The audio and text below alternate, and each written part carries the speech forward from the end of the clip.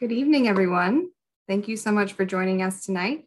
My name is Annie Black. I am the Director of Programs and Volunteers for the Dallas Holocaust and Human Rights Museum. We appreciate you being here for tonight's Civil Discourse series, Conspiracy Theories, Past, Present, and Future. I'd like to start by thanking our presenting sponsor for the Civil Discourse series, the Meadows Foundation. We very much appreciate your ongoing support of this series. We are also, as always, grateful for the support of our community partners for tonight's event, Legacy Senior Communities, Resource Center, Southwest Jewish Congress, Temple Shalom, and the Texas Holocaust and Genocide Commission. Thank you so much for your support. I'd like to give a special welcome to our museum members watching tonight. Your support is crucial to our mission, and we wouldn't be able to put on programs like this without you. And finally, one last thank you to our board of directors for your ongoing support. I know several of you are watching this evening.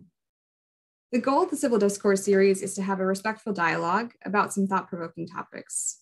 We see our role as a museum in the community not only as an educational institution, but also as a convener, a place where we can gather, whether that's in person or virtually, to learn from one another in a civil and respectful manner. Tonight, we will be discussing conspiracy theories, a phenomenon that's been around for centuries, but seems to have had a recent resurgence. I'm looking forward to hearing more about that soon. We'll leave plenty of time for questions at the end of tonight's program. So if you want to go ahead and locate your Q&A button at the bottom of your screen, at any point, if you have a question, please feel free to open that up, type your question in, and we'll answer as many as we can. Before we get started, I'd like to introduce our panel for this evening. Katherine Olmstead is a professor of history at the University of California, Davis, and is the author of 4 books, including Real Enemies, Conspiracy Theories in American Democracy, World War I to 9/11. Her work has appeared in the Washington Post, the New York Times, the Los Angeles Times, CNN.com, Le Monde, and other media outlets. Joseph Fuzzinski is Associate Professor of Political Science at the University of Miami. He studies public opinion and mass media with a focus on conspiracy theories and misinformation. He is co-author of American Conspiracy Theories and editor of Conspiracy Theories and the People Who Believe Them. Elise Wang is an assistant professor in the Department of English, Comparative Literature, and Linguistics at California State University, Fullerton. A medievalist by training, she works at the intersection of literature, history, and law to examine rhetoric and function of conspiracy theories. And finally, our moderator tonight is Stephen Fagan, curator of the Sixth Floor Museum at Dealey Plaza, where he manages the institution's ongoing oral history project and contributes to collections, exhibits, education, and programming initiatives. He is the author of Assassination and Commemoration, as well as several articles about the Kennedy assassination. Thank you all so much for being with us tonight and sharing your expertise. And I'll now turn things over to Stephen, Katherine, Joe, and Elise. Elise, if you all want to turn your videos on and join us. All right, good evening, everyone. It's a great pleasure to be invited to moderate this discussion. As you can imagine, at the site of the Kennedy assassination, conspiracy theories are something that I hear about on a daily, if not hourly basis. And over the years, I've had the chance to talk to literally thousands of school kids about this subject. And overwhelmingly, the vast majority of young people that visit our museum or that I come into contact with believe that a conspiracy, the assassination was a result of a conspiracy. Where it gets interesting, though, is when I challenge those kids to define conspiracy theory for me. And at that point, the answers are all across the board. They range from 2 bad people working together to my personal favorite, a secret that we all know is true. So with that in mind, I thought we might start just as we do our Myths and Conspiracies education program at the museum. I'd love to get each of you to kind of by way of introduction, tell us a little bit about how you approach this topic and then define conspiracy theory in your own words. And Katherine, we'll start with you if that's okay. All right, sure.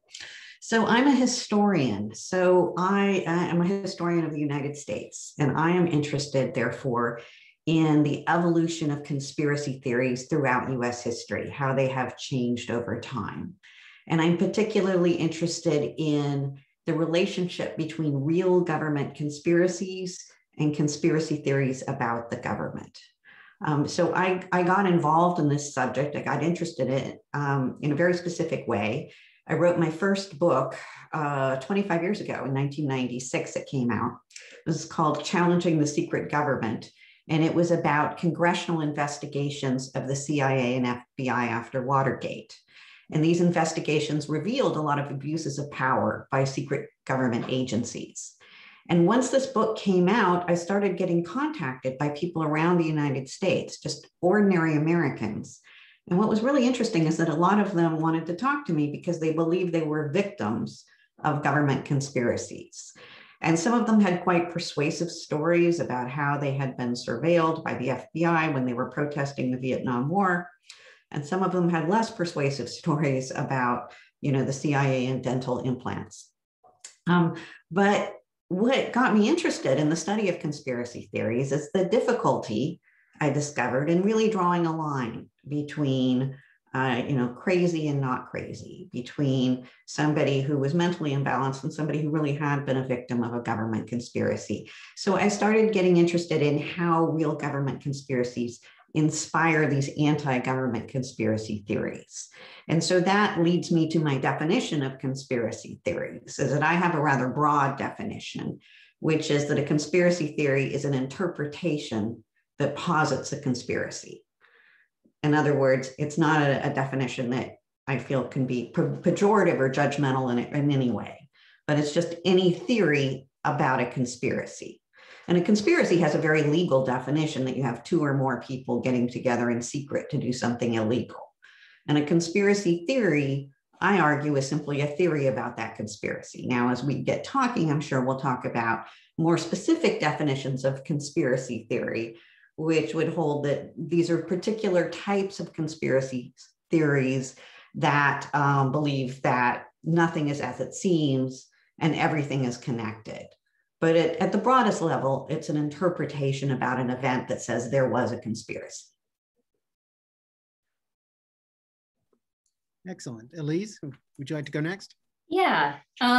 So I work in literature and I'm a medievalist. So sort of what I'm equipped to talk about is the internal logic and rhetoric of conspiracy theories, how they work from the inside, and then what kind of thinking they put into motion.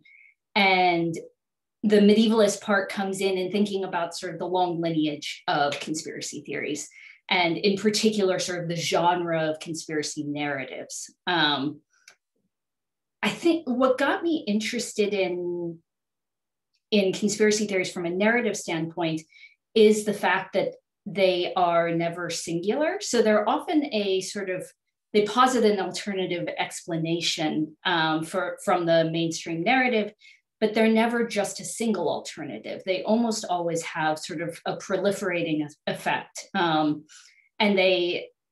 all they share really is that the core of the mainstream narrative is incorrect.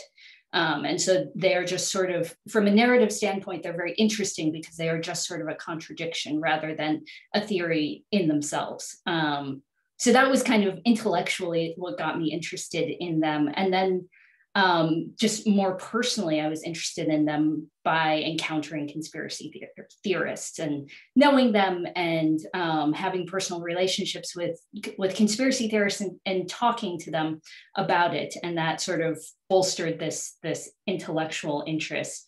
And I was particularly interested, and I'm sure many of you can identify with this experience of trying to talk someone out of a conspiracy theory. I was particularly struck by their ability to adapt to contradictory information and their resilience in the face of sort of changing narratives. And I guess I'd take Katherine's definition of conspiracy theories. And I think that's a good starting point. I think many narratives obviously can fit this definition. And for me, because I study narratives, I also look at the genre as a whole and where it came from and the history of it. So I would add that conspiracy theories, taken as a whole from the sort of the long lineage of them, are fundamentally reactionary narratives, and that they are designed to incite sectarian division. That that was their original design. Even if they sometimes take different forms, I see that as sort of the core of conspiracy theories. And it doesn't mean that every single possible conspiracy does exactly this, but this is kind of the type of thinking that conspiracy theories express and nurture. Great. And Joe. Thank you, and thank you for having me. I've been working on conspiracy theories for a little bit over a decade. When I first got into the topic, there weren't many social scientists working on it. I myself am a political scientist. So there was quite a bit of work going on with historians and scholars of literature. But in terms of psychologists and political scientists and sociologists, there was yet to be a strong research program around 2008, 2009, 2010. But around that time, a number of social scientists like myself started getting into the topic. And I think we were partially spurred on by the prevalence of the birther conspiracy theory, which argued that President Barack Obama had faked his birth certificate to illegally usurp the presidency in 2008. But prior to that, interestingly, even though social scientists began polling on that conspiracy theory, there were very limited polls on what Americans believed in terms of conspiracy theories. Very, very, very few. There are polls on the Kennedy assassination, a couple polls on their 9/11 beliefs, a few polls about, if they think aliens landed here or not.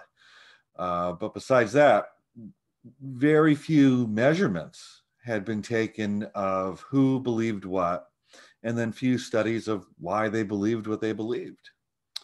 So around 10 years ago, I started polling on Americans' beliefs in conspiracy theories, mostly with the goal of trying to figure out how many people believe what theories, why they believe those theories. So what are the demographic, social, and psychological characteristics that lend themselves to belief in particular conspiracy theories?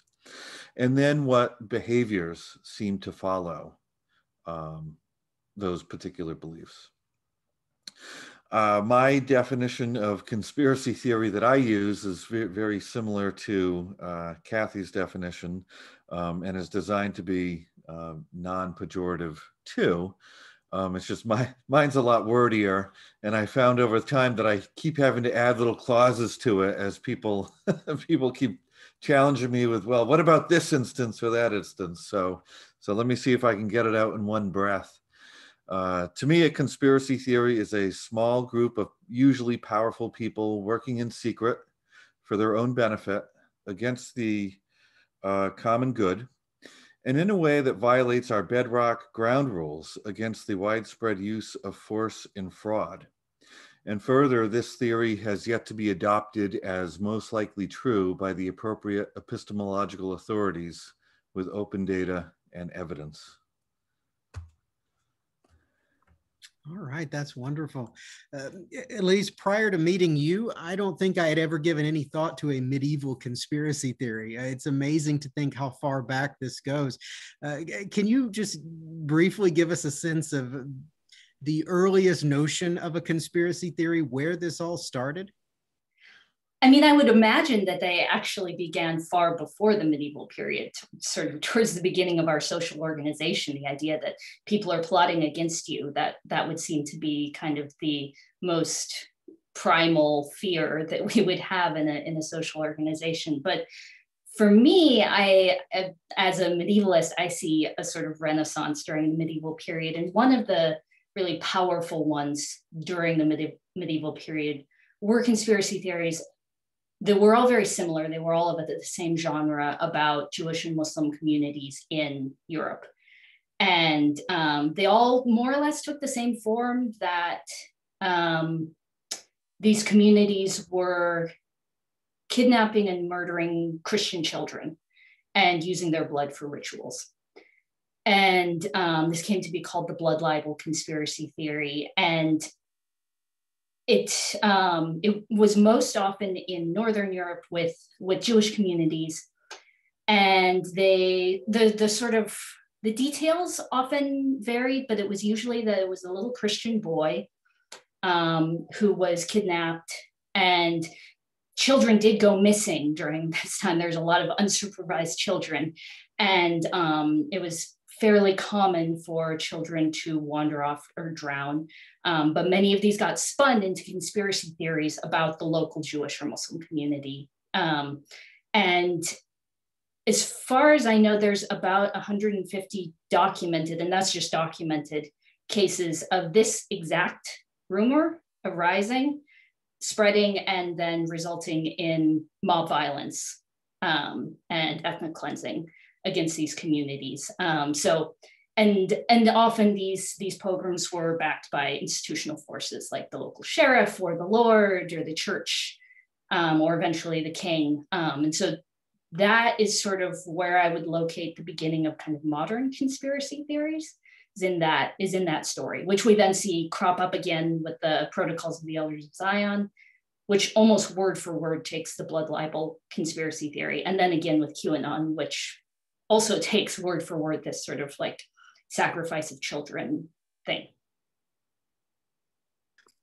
Obviously, you know, conspiracy theorists go beyond that stereotypical image that we all have in our heads right now, a man in a tinfoil hat sitting in his parents' basement on the computer, reveling in his anonymity online. But it goes beyond that, because I know and appreciate the work of a good number of dedicated Kennedy assassination conspiracy theorists who have done compelling work over the years. So I guess the question is, and I'm going to throw it out to all three of you to kind of hopefully talk amongst yourselves, who are the types of people that embrace conspiracy theories? And secondly, what do they gain by joining these communities where they can vocalize and spread their beliefs? Maybe I'll jump in first with this. If you were to close your eyes, you're right. You would, and I said the word conspiracy theorist, you would probably imagine some middle-aged white guy sitting in their bedroom with a microphone with slightly conservative views. And here's my microphone. So you might say, oh my God, it's me. I fit that profile very closely. But the polling data tells a very different story. And and I guess where I want to go is the term conspiracy theorist is often ill-defined. Like, we can define conspiracy theory, but who counts as a conspiracy theorist is a different matter. And if we were to define that term as anyone who believes any conspiracy theory, that would be everybody. I mean, what we find on our polls is the more conspiracy theories we ask about on any given poll, the fewer and fewer people there are that believe none. So last year I ran a poll with, I think, 23 conspiracy theories on it, and I think 92% of respondents believed at least one. You can imagine, because there's an infinite number of conspiracy theories out there, if I was to ask, 100 or 200 conspiracy theories, everyone's going to buy into one or a few. So everyone fits the definition on that score.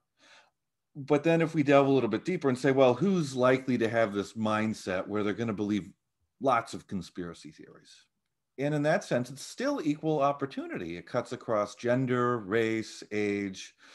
So it's not confined to just one demographic group or whoever you think your typical conspiracy theorist is.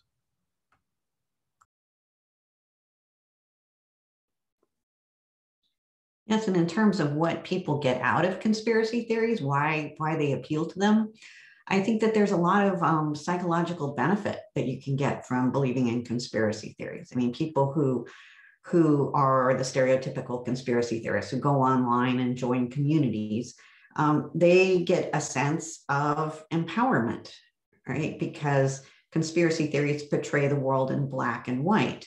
There are angels and devils. And if you're on the side of the angels, you're fighting the good fight, then you're more important. Also, just by being conspired against, you're more important. You're important enough to be conspired against. And you can also get a sense of community with the other people who believe in the theory that you do. And some of the conspiracy theories can be presented as mysteries. The JFK assassination is one example. There's lots of source material that you can go through and try to solve the mystery of who killed the president, and look at all of the exhibits in the Warren report, or look at the map of the Dallas sewer system to decide where a second shooter might be hiding. I mean, people enjoy that kind of challenge. And more recently with QAnon, I mean, a lot of people like looking through the Q drops, the posts associated with this conspiracy theory, which are quite cryptic, very deliberately, I think, because it draws people in. Because they say, oh, what does that mean? Let me try and communicate with other people who believe this theory, and we can solve this mystery. I would also add with the issue of sort of mystery solving, I think that's one of the reasons why there are so many. I mean, you give the example of QAnon. There are so many different narratives going on at the same time that you couldn't possibly map them. There are QAnon watchers who dedicate themselves to this and just have sort of literally hundreds of thousands of different narratives that are sort of under the QAnon umbrella. And I think that one of the things that's engaging for people is that a conspiracy theory gives you an endpoint, and then you can kind of figure out how you want to get there. And the endpoint is always that the mainstream narrative is wrong. And in the case of QAnon, it's in particular that Donald Trump is a savior-like figure. But there are many ways to prove this. And there are sort of many ways you can sort of arrange the details. And I think this is where some of the sort of resilience of conspiracy theories comes from, is that if you poke a hole in any particular part of that narrative, that's not really a problem. That's just sort of an extra challenge to get around that hole, to get back to where you were going. And that's sort of part of the engaging aspect of it. You know, I hate to say that there are good and bad conspiracy theories, but I mean, certainly not all theories are created equal. So what separates sort of benign conspiracy theories like Stanley Kubrick faked the moon landing in 1969? What separates that from something that is far more sinister and dangerous, like this belief in a global Jewish cabal?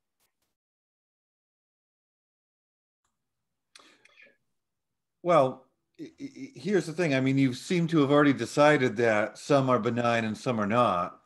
And that's sort of a question that is, it's really tough to answer. And it depends what we mean by benign. And I guess it's something you can't know from the theory itself, because any theory, if acted upon, could be potentially harmful, right? If a bunch of Kubrick conspiracy theorists started committing violence, it wouldn't be so benign anymore, right?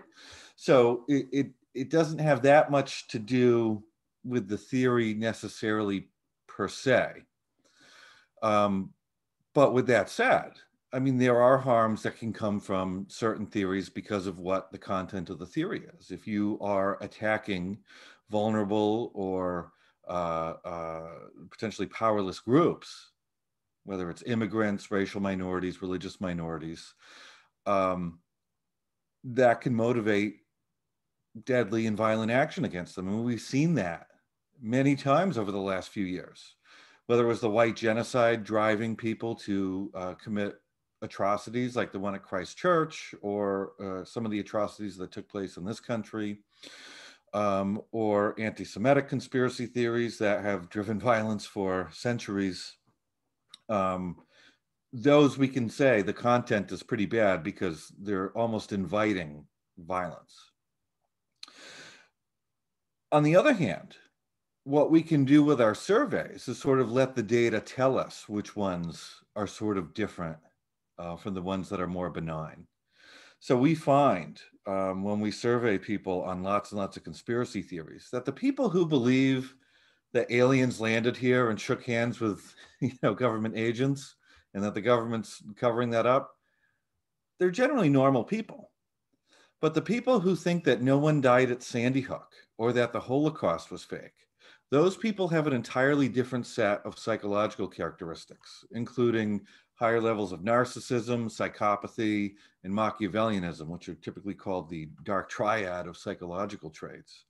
And further, people who are into those sorts of conspiracy theories also exhibit more acceptance of violence. And they're more willing to argue online and more willing to share false information. So for certain conspiracy theories, you know, if we can study them enough and find out with our surveys who's believing in what, they can be markers of underlying antisocial personality traits and behaviors.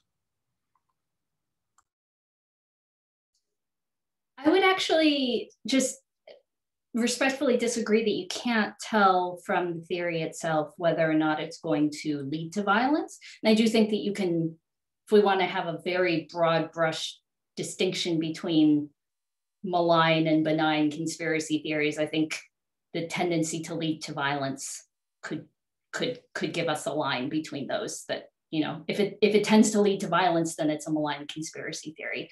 And I think that and this, of course, is inflected with the way that I study conspiracy theories, right? I study them from this background of blood libel and anti-Semitic pogroms. And so when I look at conspiracy theories, I see the way that they work, which is to sort of get you to an endpoint, as sort of necessarily radicalizing in a way. And the thing with sort of a lot of these more benign ones is that they're also held by, you know, if we say that QAnon might be one of the malign ones, having led to the January 6th events, it's sort of a shibboleth in QAnon forums that the moon landing was faked and that aliens landed on Earth and that was covered up. That's sort of, you know, everybody believes that on these forums. That's just sort of something that you put out there. And I think that one of the things that marks a malign conspiracy theory for me is partly this issue that you don't actually have to believe all of the details. You just have to be committed to the outcome. So for example, like you brought up the birther conspiracy theory. I don't think that everybody who espoused that, or the idea that he was a secret Muslim, I don't think that everybody who espoused that sincerely believed that his birth certificate was faked, but they did sincerely believe that he should not be president. The Black man should not be president. And this was sort of a way to express that belief. And so I think there are sort of ways in which it lines up with radicalizing ideologies that you can trace from the interior of conspiracy theories. Well, I find myself agreeing with both of you, actually, because I found Joe's discussion of what he found in the polls really interesting, that the people that believe in certain conspiracy theories show much more tendency towards psychopathy. That's fascinating. But also, I agree with Elise, as somebody who studies the way these stories are told over time, that it's hard to say there's ever any benign conspiracy theory, because they are, I don't know, are they a gateway drug to worse conspiracy theories? They indicate that the person who has them has a way of looking at the universe, which says, I don't care what the experts say are the facts. I don't care what the mainstream media says. I don't care what the history books say or the scientists say. I have my own truth. And so while, the moon hoax might seem, inconsequential because it's not leading to any immediate consequences, except perhaps for the astronauts who are so angry at the conspiracy theorists, even though it seems inconsequential, I think it still indicates a way of thinking that can potentially be quite dangerous for democracy. One of the reasons I'm sure that we're having this conversation tonight is because there is this popular perception that we are drowning in conspiracy theories today, but it has exponentially grown just over the past few years. First of all, do you think that's true? Or has this kind of thing happened before, or are we really in uncharted territory here in 2021?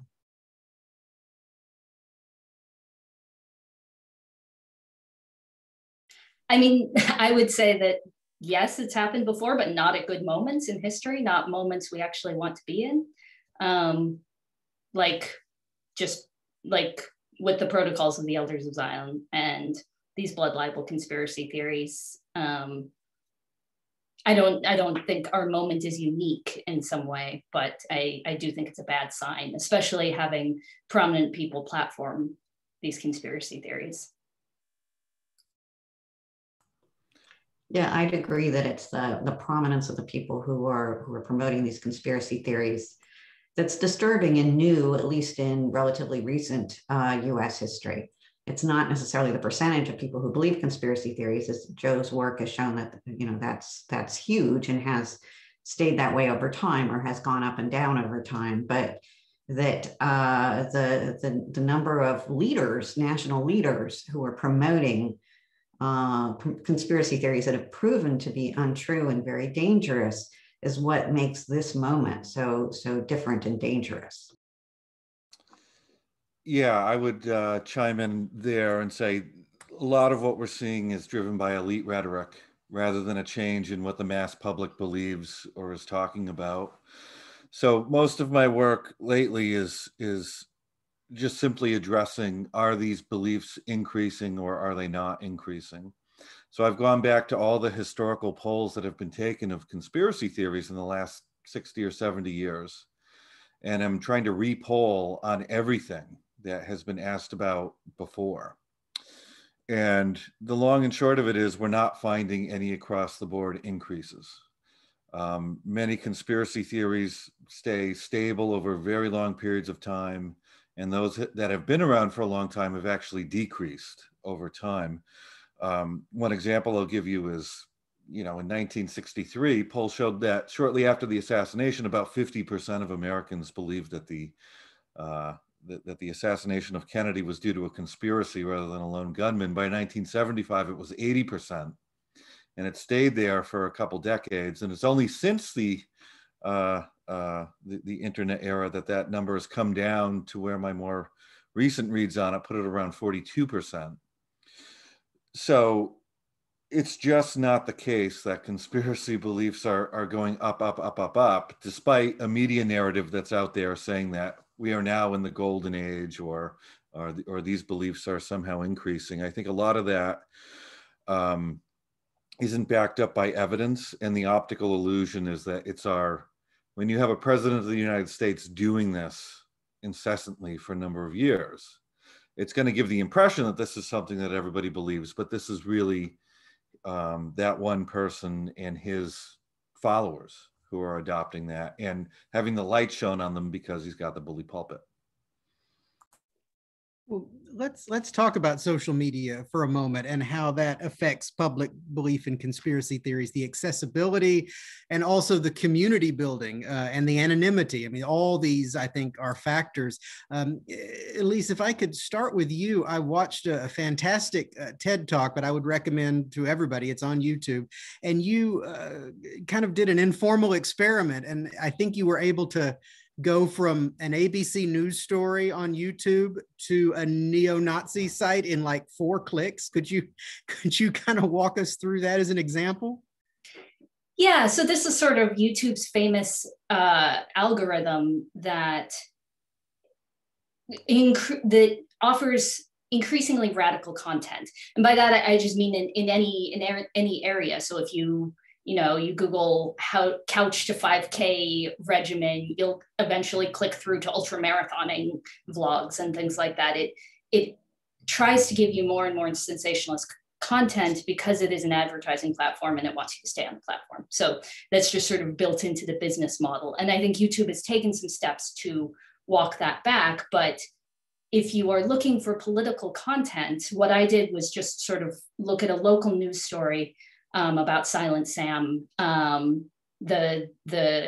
statue at UNC and the controversy about whether it should stay up. And then that took me in just a couple clicks to an obviously neo-Nazi video. And that's because it's not always the first thing that appears, but often a couple sort of recommendations down, you'll get something more radical and more radical. So it's easy to find if you're looking for it. I think what I would say though about social media is that what Katherine said, that it's about community building and about sort of identifying with the community, feeling special, feeling like you are recognized by those other people. And so I think a lot of conspiracy theory spread on Facebook and Twitter and YouTube is a way of marking your ideological loyalties and not necessarily professing belief. Like, I think it makes a lot of sense to me what Joe said, that actual belief has not gone up. I totally believe that, because I think, at least right now, ideological loyalty feels a lot more important than any particular belief. So you might share something that you don't necessarily believe in, but that indicates which side you're on. And I think that's a lot of what gets spread on social media. Is just this sort of like tagging yourself as on this side or on that side.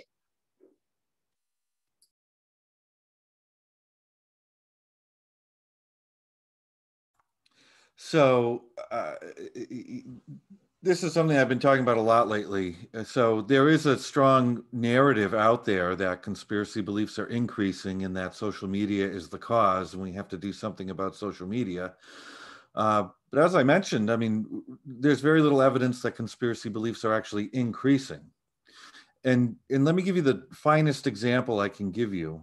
So I happened to have a poll going out in early March last year, and right when the pandemic hit. So I was able to get some of the earliest reads on COVID conspiracy theories right at the very beginning. I re-polled on those conspiracy theories again in June, October, and I have another poll going out in a few weeks. But despite everyone being on social media more, despite the stress, the anxiety, the joblessness, the isolation, none of the beliefs increased. So either you were going to buy into conspiracy theories about COVID at the beginning, or you weren't. And this was exactly the same pattern we found with non-COVID conspiracy theories, that the beliefs we were measuring at the beginning did not increase at all. So to me, this is very much about the things that are inside a person, their worldviews, their identities that drive them to adopt certain beliefs, which are long-standing and are irrespective of whatever the communication technology of the day is. So that movie Plandemic came out and people were freaking out. Oh my God, people are going to watch this movie Plandemic and they're going to walk on the beach sand to cure their COVID or whatever they're telling people to do. But there were despite it having a couple million people watch it or click on it, there was no change in belief. So what you have to think about is people are seeking out largely what they already believe. They're self-selecting into these things. And we often find strong correlations between social media use and the number of conspiracy theories people believe in. But those correlations are entirely dependent on those people already being disposed to buying into and seeking out conspiracy theories. Joe, have you found in your research, though, that the conspiracy theories spread a lot more quickly because of social media? I mean, that just seems like that would be intuitive, that maybe the percentage of people believing in them wouldn't go up, but they could find out about them and find misinformation so much more quickly. That could happen. That's tough for me to figure out with surveys, because by the time I know about it, probably it's already been around or spreading. And I guess the way I could do it would be to start my own and then start polling on it, which would be sort of devious on my part. But one thing that I caution people about is we often think about spread, but I think people come up with a lot of these things on their own. They have a worldview, they see an event, and they say, well, there must be a conspiracy behind it. You don't have to see somebody's tweet or see a pamphlet or have somebody else tell it to you to adopt it. A lot of people can converge on almost the same conspiracy theory, albeit the details will be different, just because they already have a worldview that's there and they're paying attention to the same things.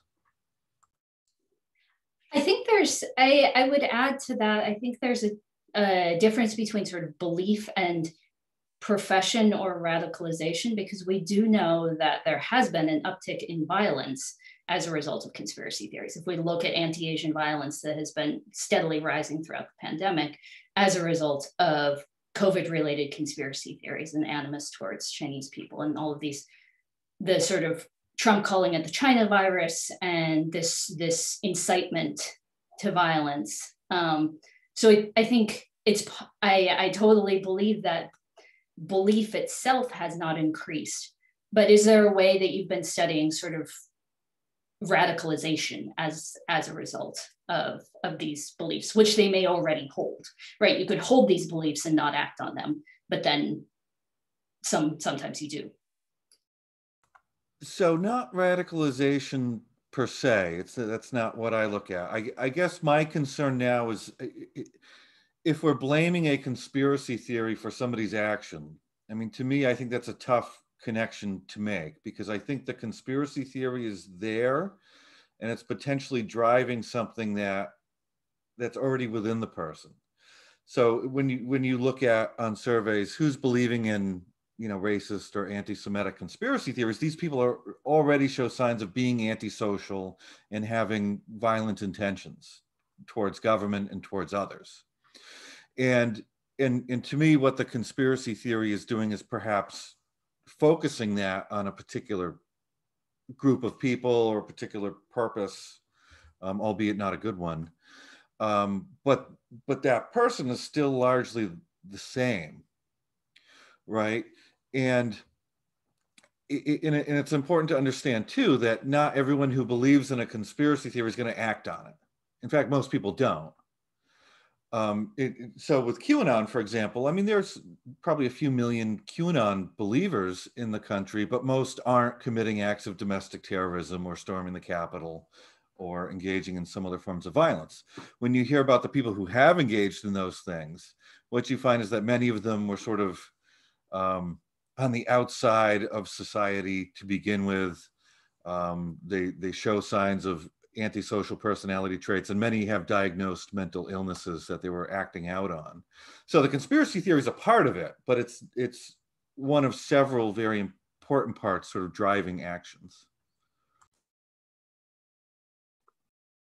So let's take for an example, a young person who is still trying to find their way in the world. They're curious about things. They go online, they discover a conspiracy theory that maybe they had never given any thought to. And they go down that rabbit hole that the internet provides, and they get more and more wrapped up in this, and it leads to some act of violence, some tragic moment where people are killed. So Joe, are you saying that it's not the fault of the conspiracy theory, that person had this kind of inherent desire for violence and the conspiracy theory just kind of stoked it?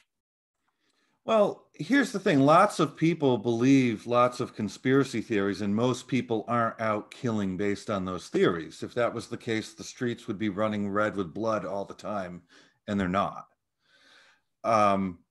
It takes a unique confluence of characteristics to get somebody, one, to go seek out beliefs that are conspiratorial to begin with, and then to want to keep following it and have those characteristics that make them willing to act in a violent way.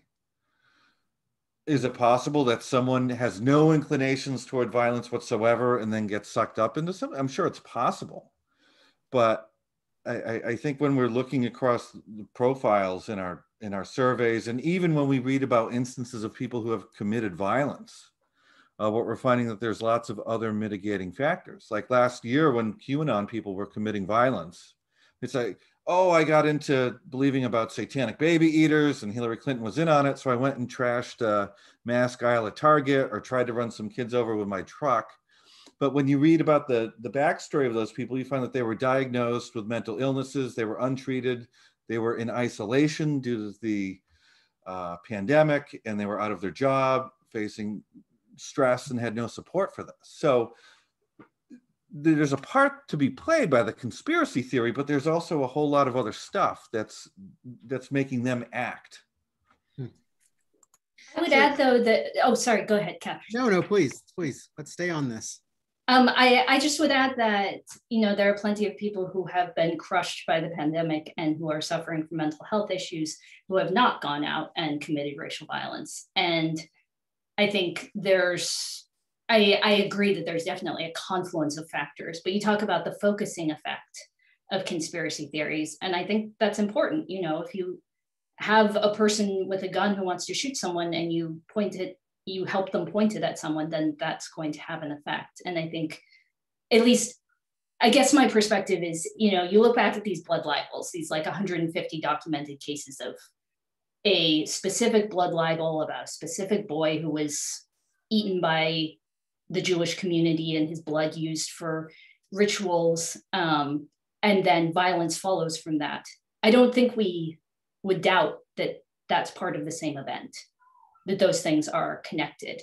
And yet, I think we're much more likely to doubt it now. And I'm not saying that those people who committed the anti-Semitic violence in the medieval period weren't already predisposed to violence. I'm sure many of them were. I'm sure many of them were excited to take this opportunity to go loot and pillage each other's homes and get rich off of this. So there are many factors, but I don't think that we can discount the sort of focusing, as you put it, effect of conspiracy theories there. We're going to move on to the Q&A in just a moment, but I mean, is wrapping up this part of the discussion. So the obvious question is, where do we go from here? I mean, how can we slow or stop the spread of misinformation that feed into this conspiracy culture that we're living in? Well, I'm a historian, so this is not my area of specialty, but I have seen some really interesting work by psychologists and people in education who work with high school students and are coming up with curriculum that can pre-debunk conspiracy theories with young adults. Like they teach people in high school about sourcing, and they have them look at good sources and bad sources and information from trusted sources and misinformation, and teach them to distinguish. And then they show them a conspiracy theory, and the students then apparently they've had very good results with the students saying, oh, okay, I can see that's a conspiracy theory, that's disinformation. And therefore being taught to go out into the world and distinguish good information from bad. But that's for young people. It's much, much harder to talk to people who already have fixed ideas about where they're getting their sources, or to try to talk them out of conspiracy theories. I mean, it's my sort of reflexive position to always want to just talk people out of it and say, no, you know, there aren't lizard people, or no, Barack Obama was not born in Africa.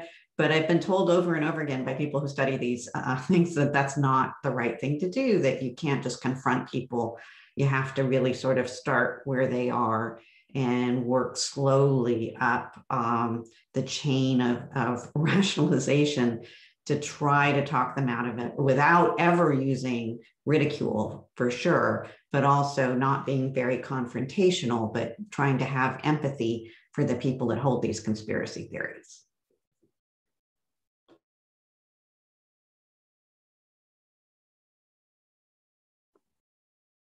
Anyone else before we move on to our first question? I would just say deplatforming. I mean, we all talked about the problem of prominent voices espousing conspiracy theories and having that influence. I would say that's a quick way and an effective way to lessen the effect of conspiracy theories, and in particular this sort of escalation to violence. And the argument about freedom of speech? I think that's a little bit of a red herring in this particular case. You don't have the freedom to incite violence and to yell fire in a crowded theater is always sort of the like, reckless endangerment is not part of freedom of speech. And also remember, the First Amendment only applies to the government. The government shall make no law. It doesn't say that tech companies can't decide who uses their platforms. I would say something else too, moving away from social media, and that is, my view over the last few years was that the biggest spreaders of conspiracy theories were in the government. And I think that the parties have to do a much better job of deciding who they will allow to run for office under their banners. And they cannot allow unexperienced outsiders to run, especially those that are going to spread nonsense and conspiracy theories. And we've seen it with the Republican side, and we've seen it with the Democratic side too. Parties should not be open to letting anyone run. And until they start playing a little bit stronger role, congressional seats, Senate seats, and the presidency are going to be open to people who want to use conspiracy theories for political gain. We've just seen one instance of that in the presidency, but we have a few others sitting in Congress right now and other local offices throughout the country. And I think if parties are good at doing anything, it's at narrowing choices down for candidates, and they need to do a better job at that. That is a perfect segue. The first question, Joe, is right along these lines. In fact, I think you answered part of it. Joe, you mentioned that people who believe in conspiracy theories cover many demographics. Are there any demographic trends that you have seen?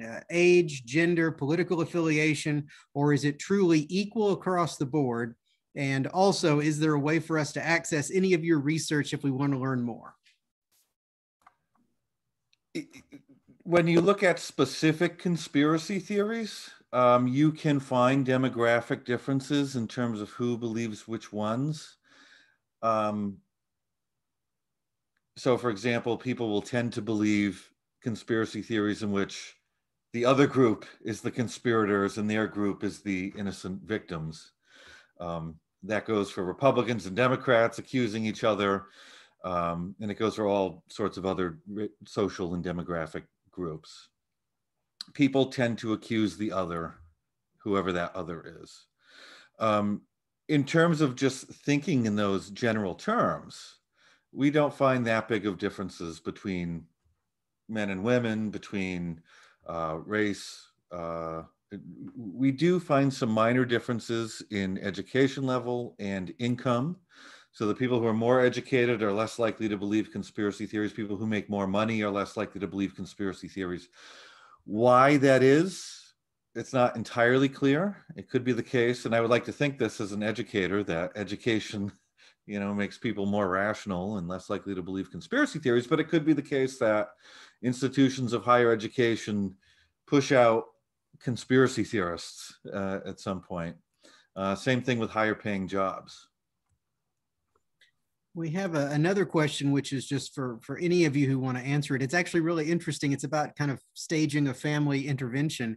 What resources are available that can help families confront family members who believe in conspiracy theories?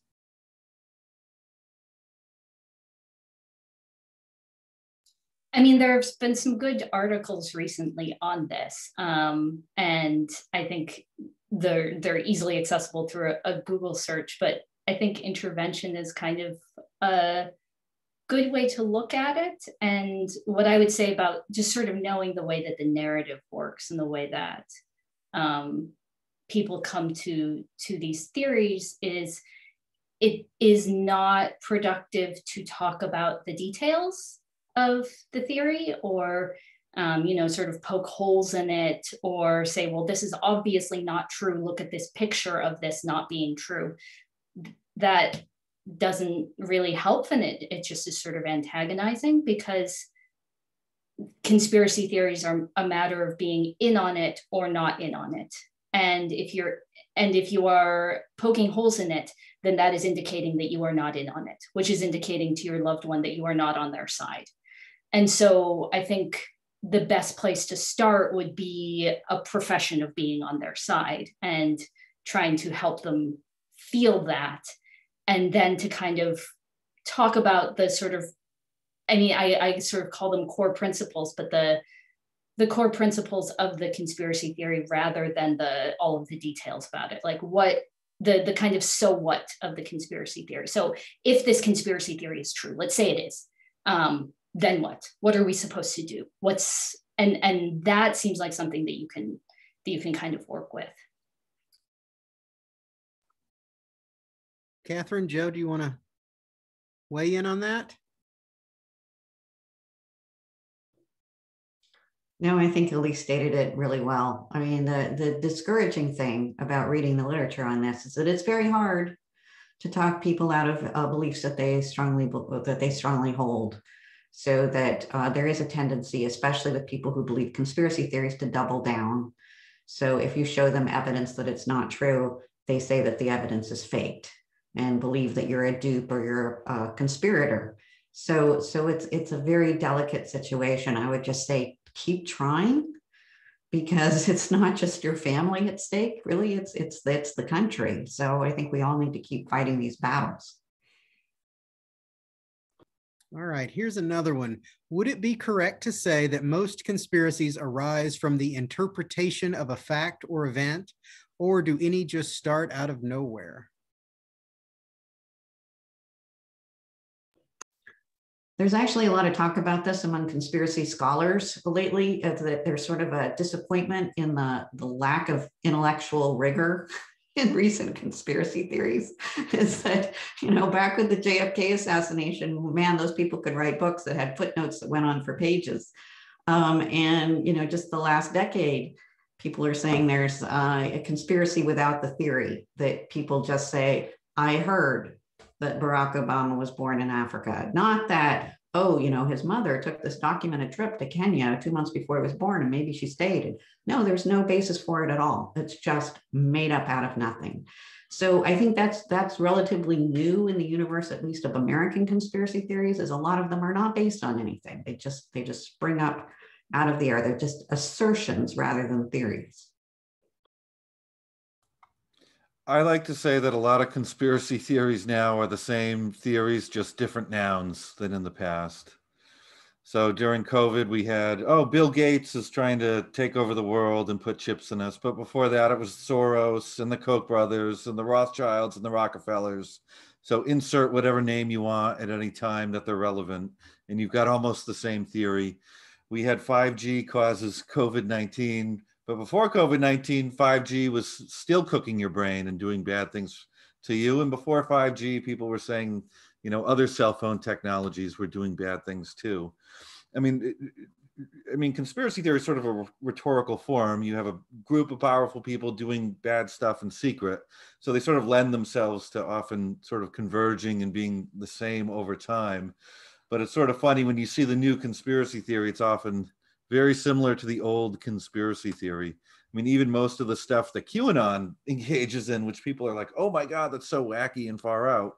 It's been around in some cases for hundreds and hundreds of years.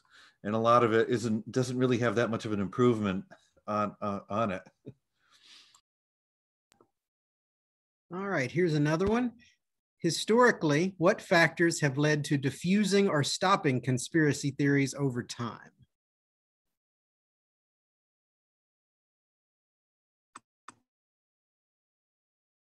I don't think that's ever happened, so I don't have a good answer for that.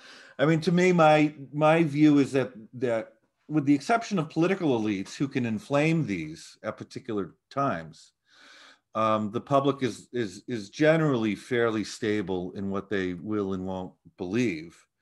So it's not clear to me that these beliefs have sort of been stopped at one point and then started again. So I don't know if there's a factor that would potentially explain that. I can think of one narrow example of a conspiracy theory that was stopped by experts, and that's, or at least reduced, and that is Pearl Harbor conspiracy theories.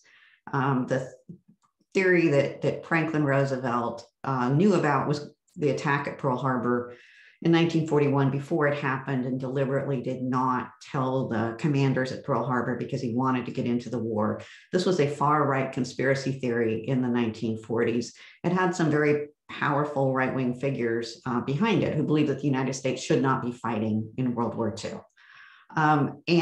The historical profession generally treated this as a fringe conspiracy theory in a pejorative sense, and refused to integrate it into the telling of the story of World War II.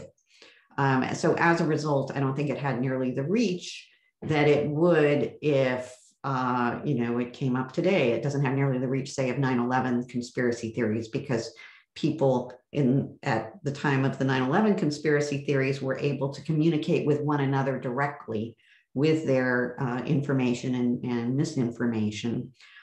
Whereas the Pearl Harbor conspiracy theorists couldn't really communicate with each other directly. They had to go through historical experts, and those experts said, no, this isn't happening. We're not spreading that theory. But that's rather niche. I think it's something that I'm interested in because I'm an American historian. But certainly the most popular conspiracy theories, with anti-Semitism or the JFK conspiracy theories, I can't think of any intervention that stopped those from spreading. Not to be sort of cynical, but do you think any of that animus was kind of redirected to Japanese internment? The sort of anger and sort of traumatic response to being attacked over Pearl Harbor. Do you think any of that was sort of diffused by being given an outlet with Japanese internment? Well, I think it was really, Japanese internment, unfortunately, had widespread support among the American public, whereas the Pearl Harbor conspiracy theories were really, really far right, because their ultimate purpose was to say, why are we fighting Nazi Germany? We should be on their side and fighting the Soviet Union. So that was sort of their ideological valence, and that's the people that were attracted to them. And they had a lot of money to put out books and pamphlets, but they couldn't really get into the mainstream history books. Right. By giving conspiracy theories and theorists coverage, is the news media giving that theory and those theorists power? Should we do our part to not give them a platform, or is it better to just get this out in the open?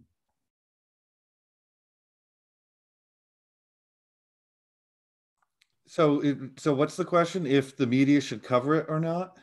Well, yeah, by covering it, is the media giving it power? And should we do our best not to allow that platform, not to give them a platform, or is it better to get it out in the open? It's unlikely that someone who reads the New York Times about QAnon is going to start believing QAnon. And polls tell us as such. When we started polling on QAnon, the numbers have stayed relatively stable for the last few years, even though media coverage of it, particularly in 2020, just went through the roof. With that said, I think you can give ideas more air than they deserve. I guess the biggest problem I have with the media coverage is that they are often sort of making grand claims about how big or widely believed conspiracy theories are without having good data to back that up. And they're often making the claim that now is the time of conspiracy theory. We've reached the apex, it's the golden age. But they never have any data for that. And they seemingly say that every single year. And they've been doing that for the last 50 or 60 years. And it can't always be true. So I think covering them is fine. And I think it's a part of journalistic responsibility to point out bad ideas that could be gaining traction and explain why they're not good ideas. But I think they run the risk of, if they make fantastic claims, sometimes I think they could be engaging in some misinformation themselves if they're overblowing the facts about it. I found the recent Q documentary, the Q Into the Storm, particularly irresponsible because it sort of partook in the excitement of the conspiracy theory and the sort of like detective work of finding out who Q is. And who Q is doesn't really matter to anybody who doesn't believe QAnon. And so it ended up being a sort of like game version of being inside the conspiracy theory, which I think is not helpful to sort of simulate that for people and simulate that for audiences and draw on those tendencies to be excited by this and this sort of like inherent interest of detective work. So I think there are definitely irresponsible ways to cover it.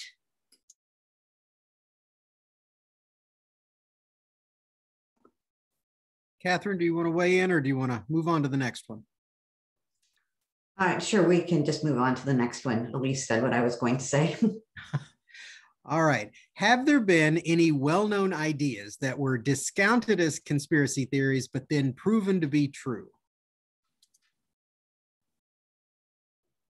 Yeah, in US history, there's a lot of them, right? And the most well-known example would be Watergate. There were two reporters for the Washington Post who had a conspiracy theory about the Nixon White House that was viewed as very bizarre and irresponsible by a lot of their peers in journalism, and it turned out to be true. So there's an example of a conspiracy theory that turned out to be true. There were reporters covering parts of what became the Iran-Contra scandal that had conspiracy theories about what was going on in the Reagan White House, and that turned out to be true as well. What I wrote my first book on with the Church Committee and the FBI and CIA illegal activities, there were people who had been charging that there was illegal surveillance by both of those agencies and abuses of power for years, and their conspiracy theories turned out to be true. And it's that kind of dynamic when there's a revelation of a real conspiracy that people have suspected for a long time that helps explain the hold of anti-government conspiracy theories, at least on the American public over the decades. Now, as far as the other kind of conspiracy theories, though, the kind that Elise studies, the anti-Semitic conspiracy theories, the conspiracy theories about marginalized groups, I don't think there's been ever any example of those turning out to have even a kernel of truth.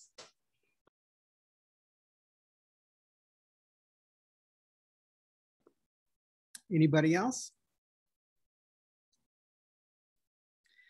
All right, we've reached the last question of the evening. We've touched on this before, but I think it's also kind of a good note to end on in summary. Is there anything that can be done to reduce a person's or a population's susceptibility to believe in conspiracy? I would probably start with media literacy training, courses in critical thinking early on, and I think courses that teach how knowledge is built early on. I think when I was in school, you'd get a textbook, and it's as if the stuff in the textbook came from up on high. And we never really learned how did the things in the textbook get there, and what was that process of knowledge building that scientists and historians and others had to go through to build that body of knowledge. And I think we need to learn more about that early on, so we can, so that people can think more about why should I believe something and why should I not believe something. And that, to me, is something that people should be taught, because there's so many ideas out there now. The real trick isn't getting knowledge, because you have all the ideas and knowledge available at your fingertips. The trick is knowing what you should believe and what you shouldn't. Yeah, I would second that. Media literacy, especially in high school.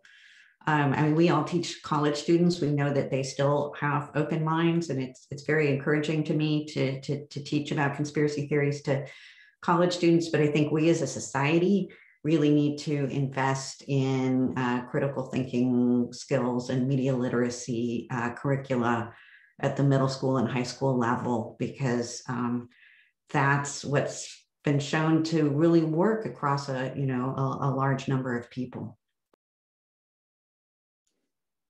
I would also add that the sort of catchphrases of media literacy, like think for yourself, don't believe everything you hear, are often co-opted by conspiracy theorists. And so it's important that if you have any sort of media literacy training, that you make it sophisticated enough to differentiate between those things. And because I'm a little bit cynical about our ability to teach people not to believe false things, I think that one of the core things that keeps on coming up in the conspiracy theories that I study, which are mostly about racial and sectarian divisions, that the best way to combat them are societal changes, like trying to increase trust in institutions and rule of law, and a sense that things will go predictably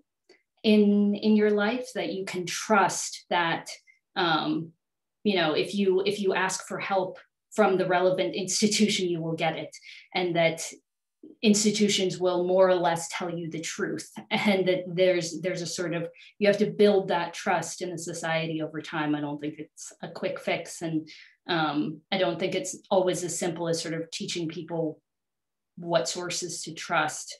If you feel like you distrust everything from every source, then that doesn't give you very much to go on. So I think sort of increasing the predictability in society and rule of law is over time what has seemed to work, and conversely what has seemed to sort of not work. Okay, well, that has brought us to the end of this conversation. Thanks to the three of you very much for a very lively conversation. I enjoyed moderating that quite a bit. Well, thanks for having us. Thank you to you, Stephen, for being such a good moderator, to Elise, Katherine, and Joe for a fascinating conversation. I know we had a ton of questions that we weren't able to get to, so I apologize if we didn't get to yours, but great to see such an engaged audience on this topic. I'm going to put our panelists on the spot just a little bit, because I'll give you all a heads up. I'm going to send you an email seeing if you might recommend some resources. We had a lot of questions about, Joe, have you published your research anywhere from your polls? Are there additional books or articles that folks can look into if they want to learn more? So hopefully that will be coming. I'll send that request to you all soon. But otherwise, thank you all so much for being here. Thank you again to our series sponsor, the Meadows Foundation, to our moderator and our panelists tonight. And we will see you all for the next one. Have a great rest of your evening. Thanks, everybody.